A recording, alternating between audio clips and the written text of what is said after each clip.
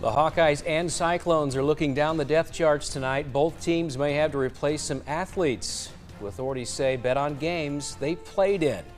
Good evening, I'm Elias Johnson. I'm Erin Kiernan. Thanks for being with us. Instead of illegal gambling, the players are all charged with tampering with records. They're accused of using another person's identity in order to place bets. They will likely also face consequences from the NCAA. Prosecutors charging 4 people connected to the University of Iowa today. Jack Johnson is the only current Hawkeye among them. Arlen Bruce and Reggie Bracey already transferred away from the team, and Owen O'Brien is a graduate assistant. Meanwhile, 4 Cyclone players are also charged here. Isaiah Lee, Jarrell Brock, Jacob Remsburg, all current Cyclone players.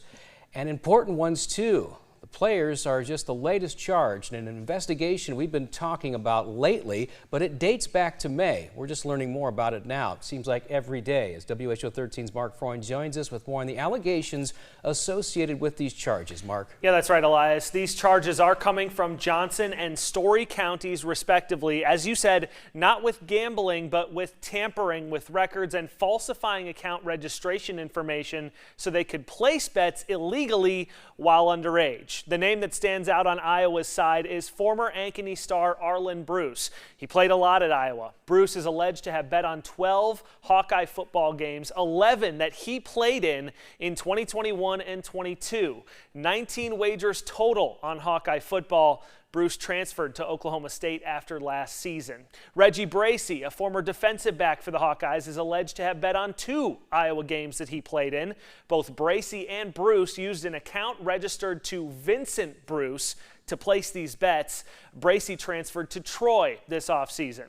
Wide receiver Jack Johnson allegedly placed over 480 bets totaling more than $2,500, 380 of those bets while underage, using the help of his mother, Jill. Johnson placed 4 bets on 2 Iowa football games. He was a member of the team, but did not play. Johnson did play his high school ball at Valley. He is still an Iowa Hawkeye. And graduate assistant Owen O'Brien allegedly placed over 350 bets on an account controlled by his mother, Audra. He bet 3 times on Iowa football games last year when he was a student assistant. That brings the total number of Iowa athletes and staffers named in the DCI's probe to 7. Iowa State now has 8 athletes named in criminal complaints, with 4 more coming to light today. One of those Cyclones is accused of betting against his own team.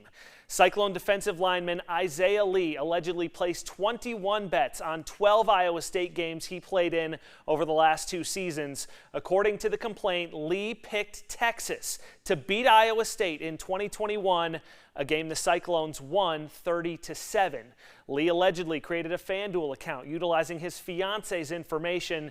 He's still on the team, but has been held out of fall practices.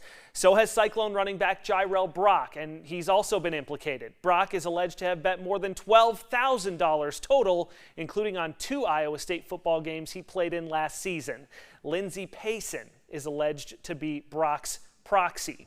Starting offensive lineman Jake Remsburg used an account registered to his mother to place 273 bets underage. The Story County criminal complaint does not specify any wagers on Iowa State games and only 6 bets on NCAA events. Some of those were football games. Remsburg has also been held out of fall camp. And former tight end Deshaun Hanukkah allegedly used his mother Kim's name to place bets. 70 of Hanukkah's 288 wagers were placed on Iowa State basketball games. All 4 Cyclone players already have court dates set by Story County. They're all required to appear on August 23rd. That's one big drop last week of names. That is a second big drop this week. Of course, this is a developing story. We'll keep our eyes on it, but players having alleged to have bet on their own teams, and in one case against their own team, a definite no-no by the NCAA. This is not a good situation. All right, Mark Freund on top of this story for us tonight. Thank you, Mark.